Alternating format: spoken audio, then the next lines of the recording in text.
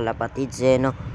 Inaayos ko nga po pala tong kulungan na to mga kalapatids, kasi dito na nga po pala natin ilalagay yung ating mga kalapate, dahil yung malaki mga kalapatids ay muntikan na nga mahulog mga kalapatids no. So dito na nga lang po pala natin ilalagay mga kalapatids. So dyan mga kalapatids, inaayos ko nga po pala yung patungan ng isa mga kalapatids, kasi nag-aaway po palagi sila mga kalapatids no. Para din na po sila mag-aaway, dito na nga lang yung isa mga kalapatids no.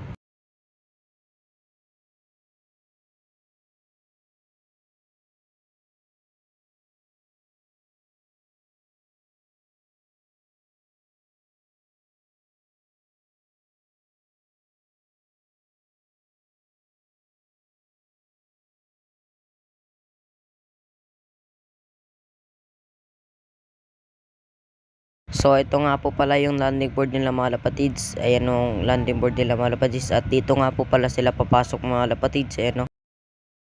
At ito namang maliit na screen mga kalapatids. Ayan nga po pala yung sinabi ko kanina na patungan ng isa. At itong mat naman mga kalapatids ay inilagyan ko nga yan para hindi mahulog yung mga tae nila mga kalapatids. Ayan no.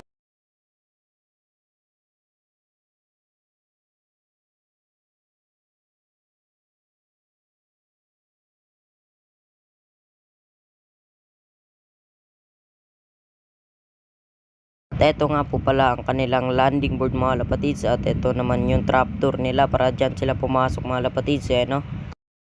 Kung di nga po pala natin sila pakakawalan mga kalapatids, ay sasara lang natin yan.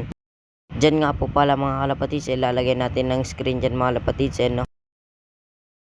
Panoorin nyo nga po pala to hanggang dulo mga kalapatids, kasi maganda kinalabasan na ito mga kalapatids no. Kasi hindi kagaya nun mga kalapatids, wala ka tayong trapdoor at landing board. Ngayon meron na tayo mga kalapatids.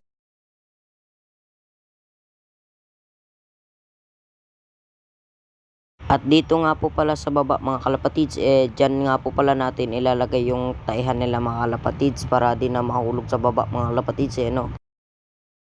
At etong yellow nga po pala mga kalapatids, dyan nga po pala natin nilagay yung mga kalapatids, alambre, kasi na short po tayo sa trapdoor natin mga kalapatids. Tatlo lang yung nagawa natin mga kalapatids no. So update ko na lang kayo mga kalapatids. Nga po pala tayo, ito na nga, nasabit na nga po pala natin mga kalapatids. Ito mga kalapatids, sabit na po pala natin. At bali magiging ganito yung resulta.